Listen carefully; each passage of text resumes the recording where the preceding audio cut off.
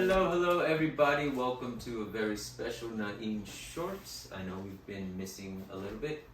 A couple of weeks we haven't had a short to present to you guys, and the reason is his fault. Yes, just to let you all know, I am now In a love affair with a dog. Yeah, this is Lucci, by the way. She's a rescue dog, so if you'd like to rescue me from her, come get her. Freaking crazy dog. Anyways, so last week I was in the Philippines on a project that I've been working on, and information on that will come out as we go along. But safe to say, it's keeping you busy. It's keeping me very busy. So Nain has been picking up the slack in both class and we aren't able to do the calling conversation shows as much. I know, every time we try to get together, you're like, oh, I have this plan. Oh, yeah. My wife wants me to do this. Oh, I need to do this. Oh, I need to do... Right. It's like, oh, okay. So the project is really keeping me really busy. It really is. Working on a bunch of stuff. It's going to be a lot of fun. When we're ready to reveal it, you guys are going to... It's going to be really exciting, and it's going to blow your mind. And we definitely expect the support, too. Yes, we definitely do. Oh, hey, what do you got here? Oh, so talking about support. You like that segue, folks? Nah, that's right. Support. Our good friend John Atkinson at Wolfsden Armory created this fantasy blade based off of a very beloved TV show. Yeah, my beloved TV show, Star Trek. If you didn't know, but now you do. And folks, this is a live blade, so it is very sharp because John Atkinson doesn't know how to make anything dull. Everything is incredibly sharp, and we are at this present time gonna open up a raffle. Ooh! And for the first time, we're gonna try to do it digitally, so you can Venmo the $5 for each ticket. You can buy one. You can buy as many as you want. Buy many. Buy many. And in say 3 months' time, we'll do a raffle on camera and we'll see who wins. We'll keep track of all the numbers. So you guys have multiple ways of contacting me, so I can make sure I can put the right name and contact information on each ticket. And when we're ready, we'll pick out our winner. And the fantasy blade will go to you. So for $5, you could own a blade that's well worth a few hundred.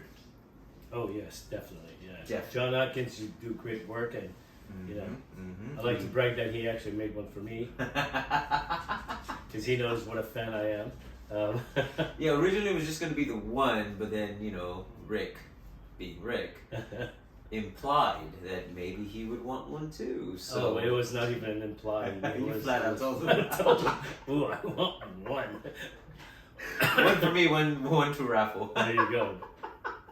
So folks, definitely jump on that. You can Venmo me the amount. You can contact me if there's some other way that you can do it. Zelle is also another option, and I'll make sure to get all your contact information. Put it on the back of the tickets. Put those in some sort of jar, container, maybe even a hat, which we will pull out of in 3 months' time and pick the winner that will take home this beautiful, beautiful blade. I like the idea. Yeah.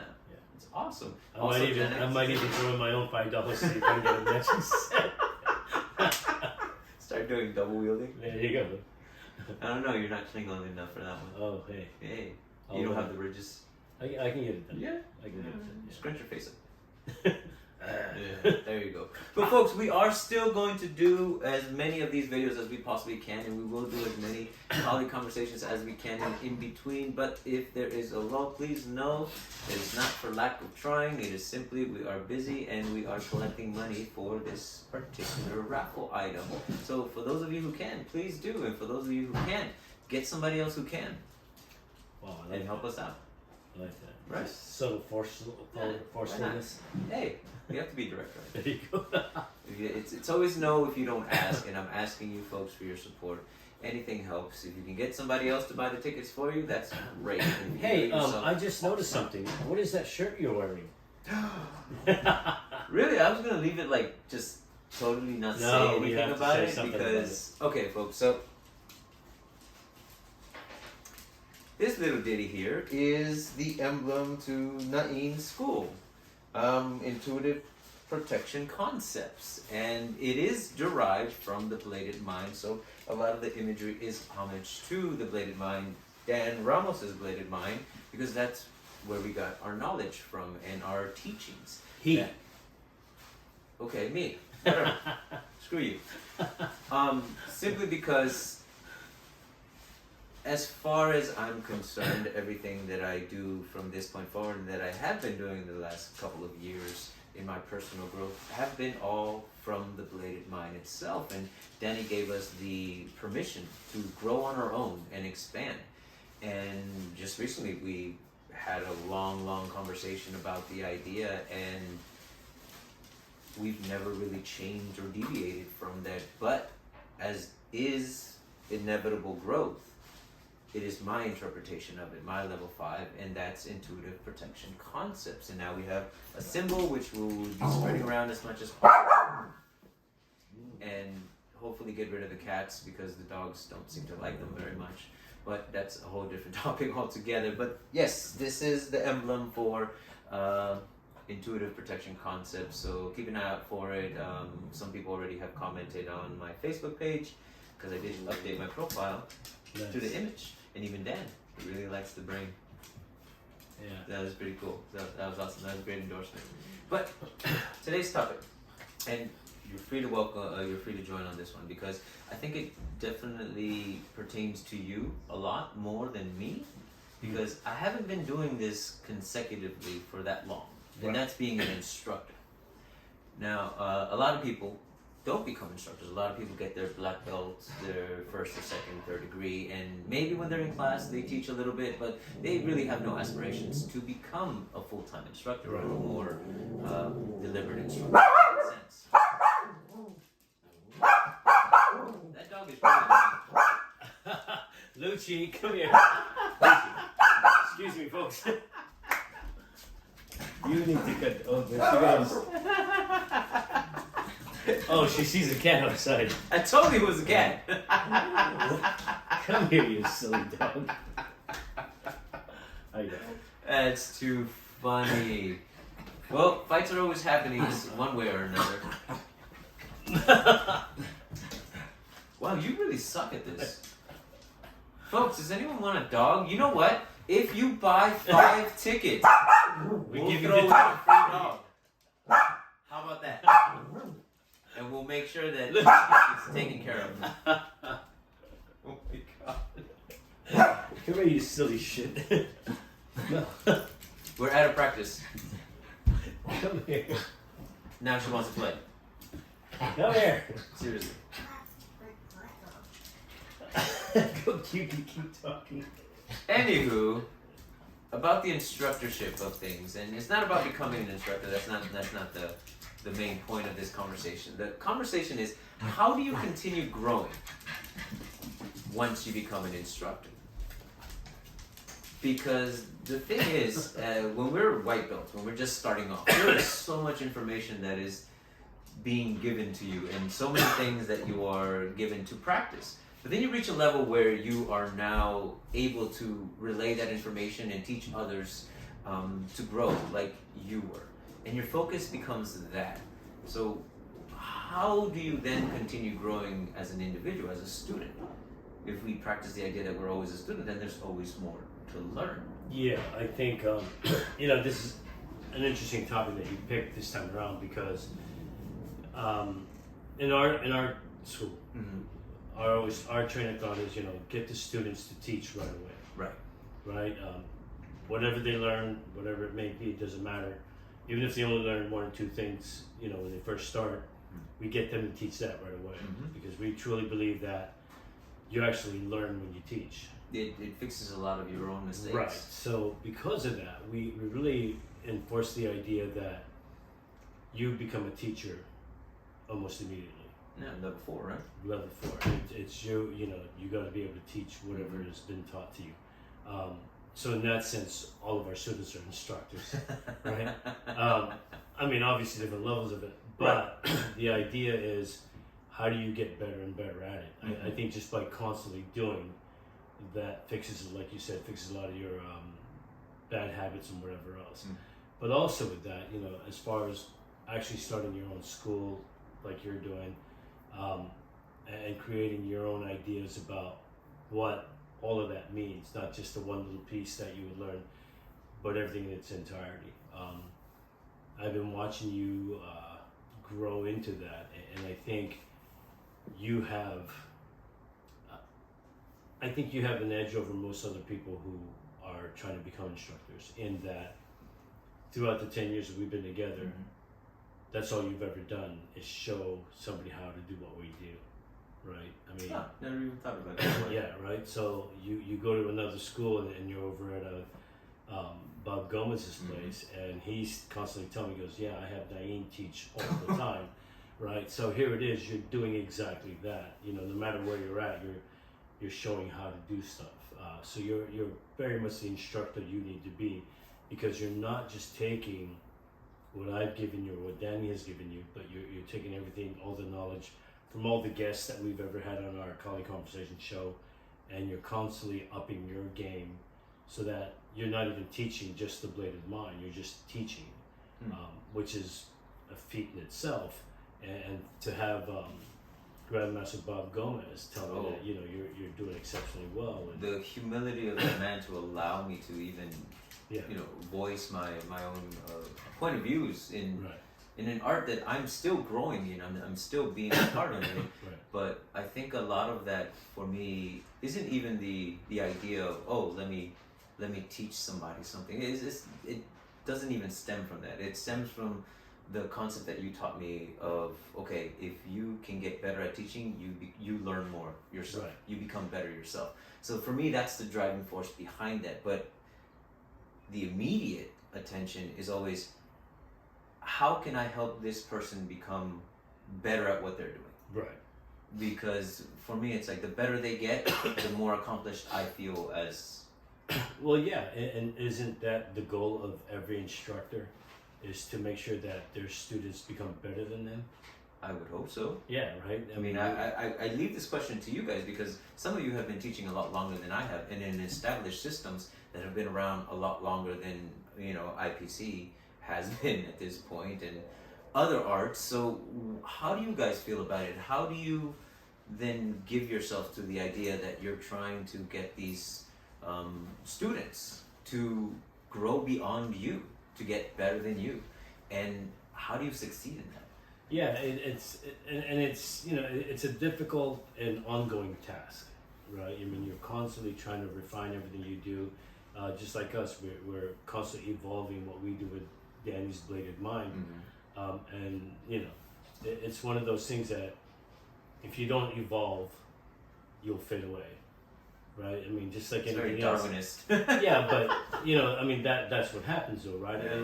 The idea is that if you don't constantly sharpen your blade, it'll eventually get dull and rust. Yeah. Right. So you should always be striving to get better at anything that you're doing, but even more so as an instructor, so that you're giving your students the best of what they should have, rather than giving them something that's old and maybe outdated, or you know, something that's become not so practical as it was in the past.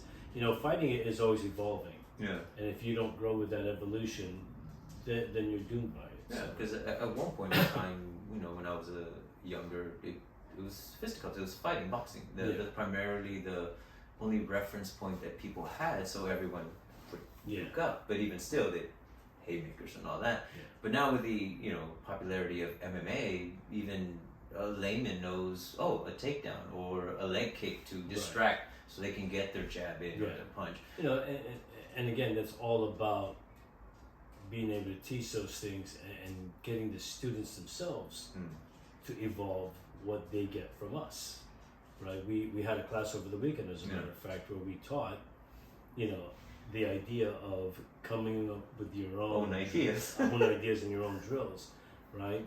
We took a drill and we took the other person out of it, and they had to do the drill by themselves, and then say, okay, now how do you change that?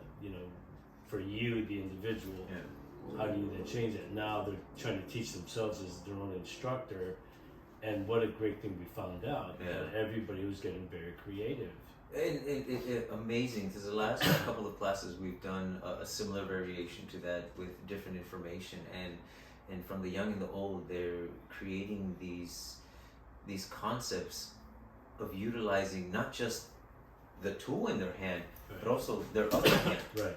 They're changing the structure of the person in front of them to make that work for them. So to see them just all of a sudden start applying all these other concepts that weren't even referenced. Right. They weren't even part of the drill and the exercise, but they started to use them themselves. And I have to say, these last couple of classes have been really like proud instructor because moments. you're actually seeing the fruits of your labor, and these kids are starting to do, you know, they work off the main ideas of what we taught them, but because of their size and differences, their things are coming out based on themselves rather than what we gave them, you know, per se, right? Yeah. So No, that's it's definitely a wonderful feeling, and I know years ago I confessed to you how I wanted to become an instructor, and at the beginning it really was that drive that I want to get better, but you have to be an instructor.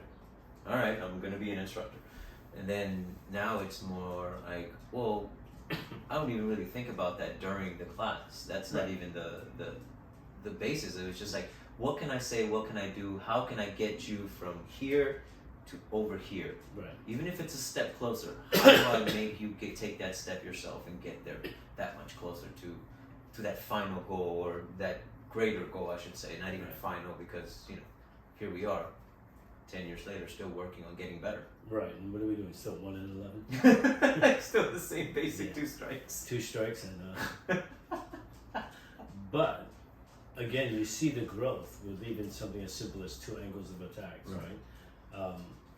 And I think that's why, as instructors, we're not only just given these 2 strikes, we're given all these other things, but we'll go back constantly with the old stuff and turn it into something new, you know, especially for the particular individuals as to how they see it. And now that you're saying that, I'd like to take the opportunity, something that I've learned these last couple of classes, as to a more intuitive way of teaching an individual. You teach them the thought process first. Right. You get them to understand it, and then you get them to apply it in their own way. And then once they get comfortable with that and they're moving freely, then you go back, or rather you go to the beginning and you teach them a drill. Because now the drill isn't something that they just repeat, it just becomes something they can explore, that they don't have those to go. parameters of saying, oh, here, make your ideas based on this drill now. And it doesn't become repetitive for them, so that all they're doing is just repeating it. So Right. finally realizing the simplicity of how that could work, and then seeing the results, it definitely has elevated, I think, in my opinion, my own teaching ideology and the focus that I now need to put into what I give these students from now on.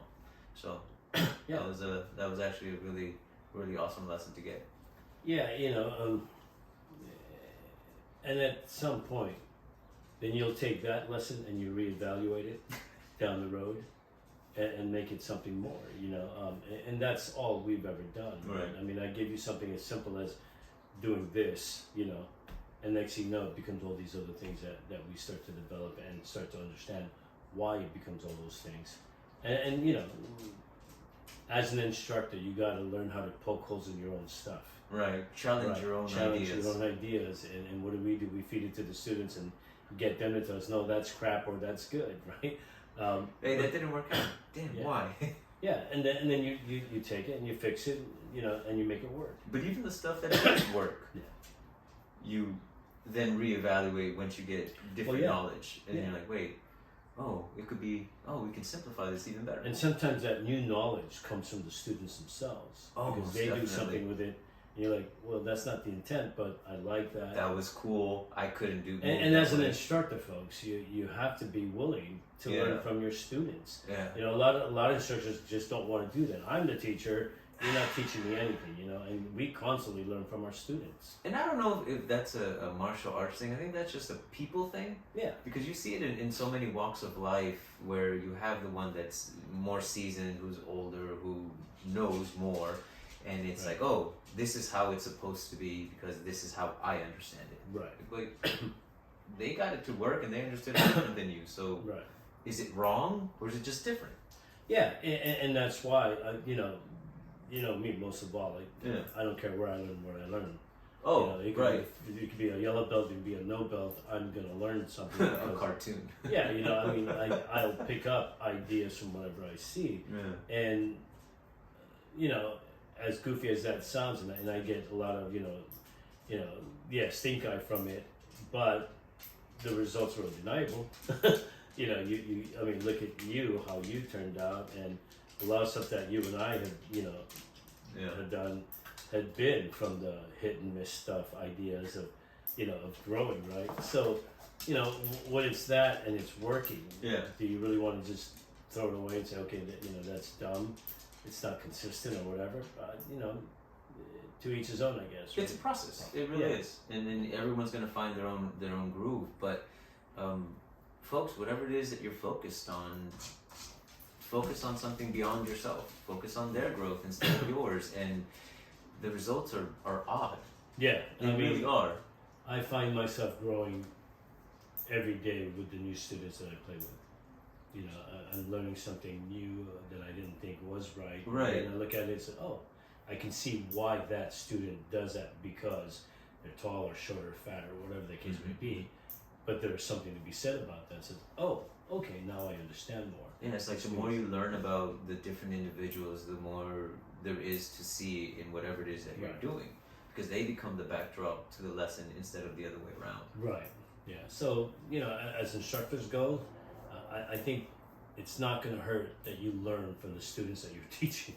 Yeah, it might be the best way to learn. Yeah. In my opinion. Yes, his opinion. Yeah. Well, I don't think we can say much more about that. Folks, you have your own take on it. You've been teaching a lot longer than I have. He's been teaching longer than I have. But he's just one well. I open the floor and the conversation to the rest of you. What are your opinions? What are your comments in reference to the teaching aspect? And how do we keep improving, not just as instructors, but also as martial artists? And do those two coincide? Is there a connection between that? Or are they completely separate things? And our focus is a little different.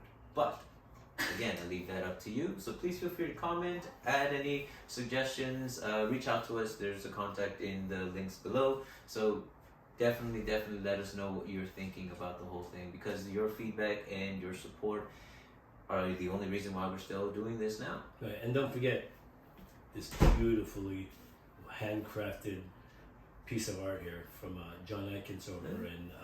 You didn't see how I added support into like every layer of... Yeah, I'm just saying. I like that. Alright, just saying. John Atkins, you're awesome. John Atkinson, love you, man. It was great seeing you past weekend. Wolf's Den Armory, look them up. And as usual, till the next one. 3, 2, 1, cut!